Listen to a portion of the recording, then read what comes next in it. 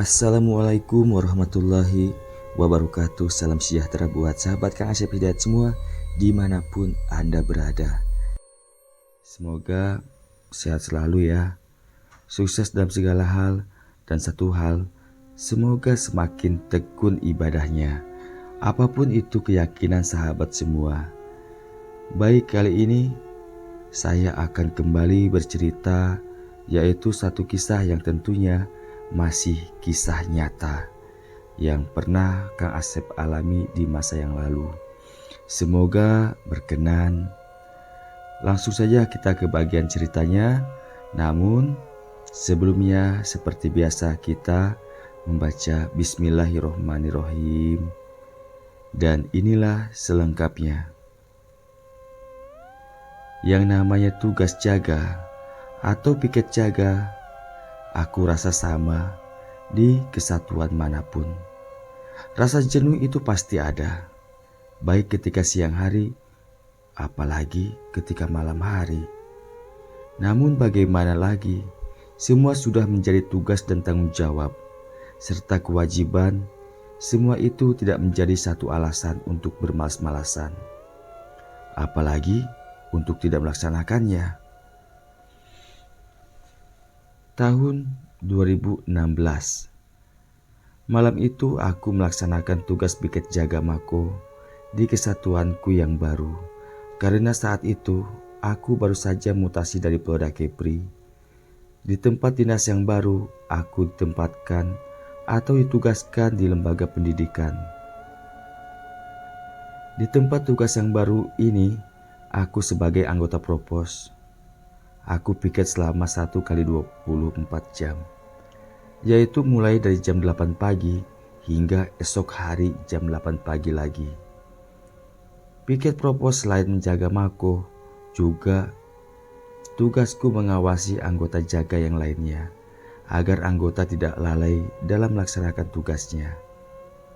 Hari itu kebetulan sedang ada kegiatan di luar Mako, sehingga beberapa anggota terlibat di dalam kegiatan tersebut. Demikian pula dengan anggota piket penjagaan terlibat di kegiatan tersebut. Sehingga pada saat itu, regu piket penjagaan tinggal berdua saja. Ditambah piket propos 1 orang, yaitu aku. Akhirnya yang piket saat itu jadi bertiga. Waktu menunjukkan jam 2 malam. Seperti biasa ketika piket, aku tidak pernah bisa tidur, walau Kak Jaga menyarankan secara bergantian untuk istirahat. Aku memilih menonton TV atau main HP saja untuk mengalihkan rasa jenuh dan mengantuk. Malam itu terasa sangat sepi, mungkin karena hujan. Ya, walaupun hujannya hanya gerimis halus, namun secara perlahan tetap membasahi bumi. Langit terlihat gelap, tak ada bulan, tak juga ada bintang menghiasi malam. Pos jaga berada di depan tepat di gerbang masuk Mako, berhadapan dengan pos monyet atau pos pintu keluar Mako yang jaraknya 100 meter dari penjagaan. Di depan pos jaga pula terbentang lapangan hijau yang biasa digunakan apel atau upacara. Lapangan itu lumayan luas dan terdapat di bagian tengah sisi kanan berdiri dengan kokoh tiang bendera, serta podium tempat pimpinan ketika menjadi pimpinan upacara.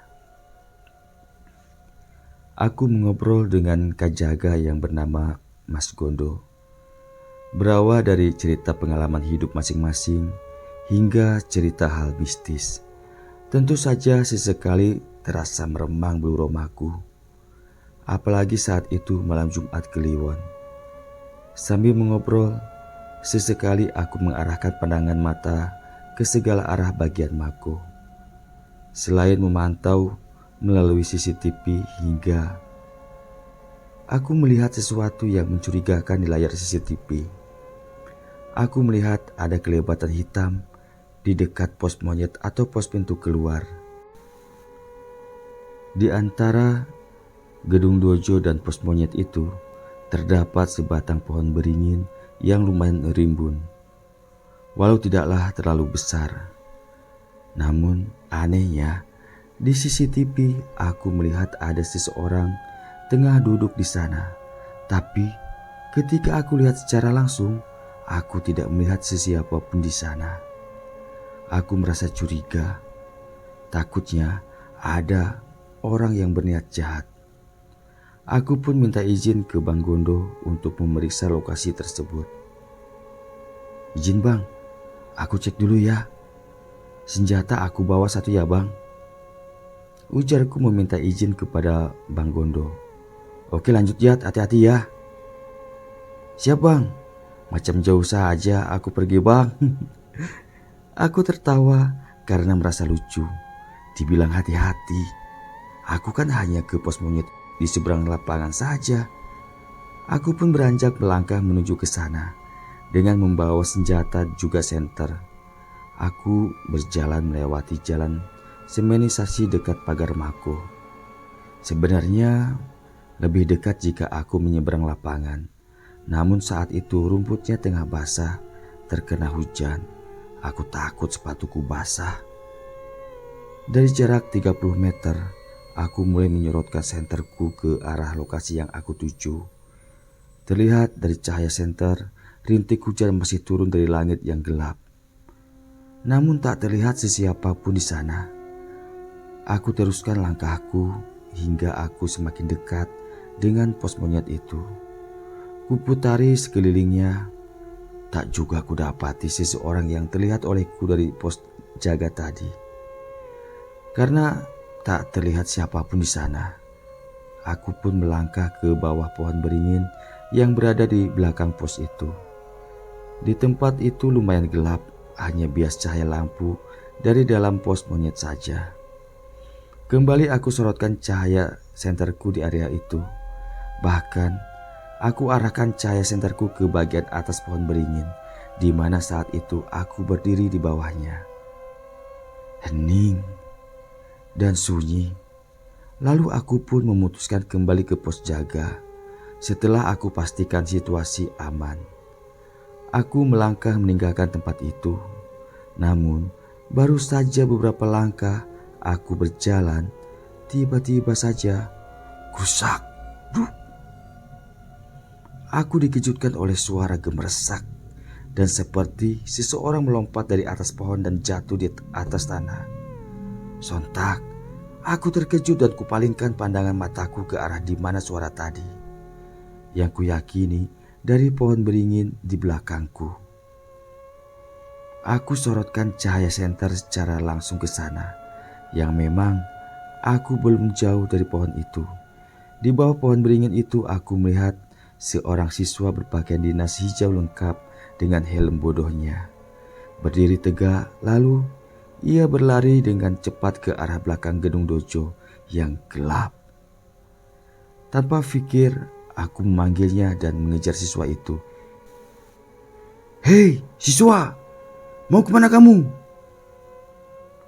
Aku terus mengejar siswa itu, kemana ia melarikan diri tadi. Namun setelah aku berada di belakang dojo, hanya kegelapan. Dan ternyata di belakang gedung itu hanya gudang kecil tempat penyimpanan barang. Dengan senter di tangan, aku terus mencari siswa tadi. Namun tak kujumpai di sana. Cepat kali siswa itu larinya.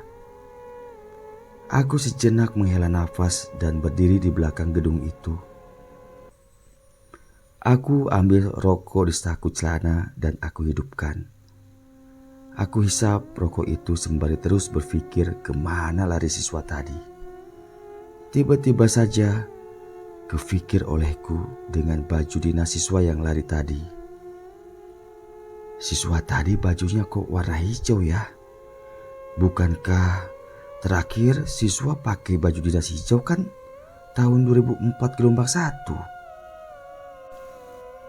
Sejak saat itu baju dinas siswa sudah warna coklat. Demikian pikirku. Lagian saat ini siswa kan tengah mengikuti kegiatan outbound di luar. Dek, jantungku berdebar Seketika bulu romaku meremang. Di saat itu pula, dari belakangku terdengar suara tawa kecil serta bisikan. Sudah sadar Yandan. Tanpa aku tolehkan kepalaku untuk mencari tahu, aku melangkah menjauhi tempat itu, dan ketika aku hendak melintasi jalan yang mengelilingi lapangan itu, terdengar olehku seperti derap sepatu pasukan berbaris, tengah berjalan dengan langkah tegap. "Selamat malam, Komandan!" teriak Dantonya kepadaku. Sontak aku terkejut dan kupalingkan mukaku ke sebelah kanan, di mana jalan dari arah barak siswa. Astagfirullah. Dari kerembangan tempias sinar lampu jalan, aku melihat satu peleton siswa tengah berdiri tegak menghadap ke arahku dengan sikap tangan tengah menghormat. Siswa-siswa itu tak bergeming, diam bagai patung manakin. Entah karena refleks atau bagaimana, secara spontan aku menjawab dan membalas hormat dari siswa-siswa itu. "Selamat malam siswa," jawabku dengan suara lantang pula. Namun setelah aku jawab dan kubalas hormat dari mereka, seketika itu juga satu peleton siswa itu pun lenyap bagai ditelan bumi. Menyaksikan hal itu, seketika tubuhku terasa dingin, bulu romaku meremang kembali, dan aku baru sadar jika saat itu di SPN tengah kosong, tidak ada siswa. Begitu aku sadar apa yang aku lihat, seketika aku pun berlari sekencang yang aku bisa. Aku tak peduli dengan sepatuku akan basah. Aku melintasi lapangan hijau kembali ke pos jaga. Dengan napas tersengal-sengal, aku tiba di pos jaga. Aku langsung duduk di kursi panjang. Di pos aku tidak melihat siapapun. Bang Gondo tak terlihat di pos. Aku berteriak memanggilnya. "Bang!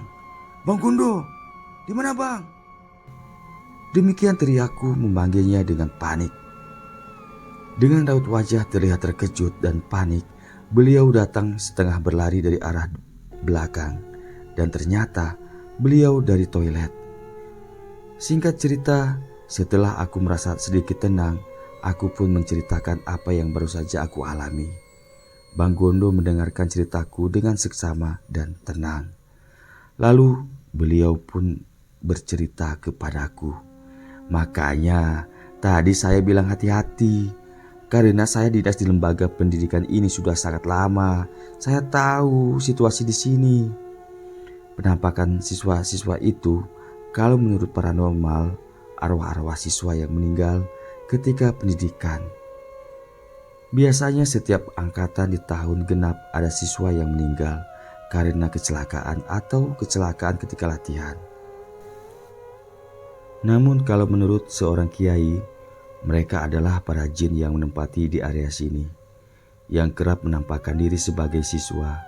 Bahkan banyak lagi penampakan atau gangguan di tempat ini. Kami sudah biasa," tutur Bang Gondo panjang lebar kepadaku. Dan memang ketika aku mengikuti pendidikan di tempat ini 20 tahun yang lalu, ada juga satu orang letingku yang meninggal karena kelelahan selepas mengikuti kegiatan lintas medan, dan dia meninggal di rumah sakit. Selesai. Demikian akhir dari cerita singkat ini, pengalaman Kang Asep ketika pertama kali melaksanakan tugas piket jaga di Mako setelah pindah dari Polda Kepri. Demikian akhir dari cerita ini. Semoga berkenan dan dapat memetik pelajaran positif dari kisah ini. Mohon maaf jika masih banyak terdapat kesalahan-kesalahan dari cara saya membawakan cerita ini. Dan saya akhiri. Wassalamualaikum warahmatullahi wabarakatuh.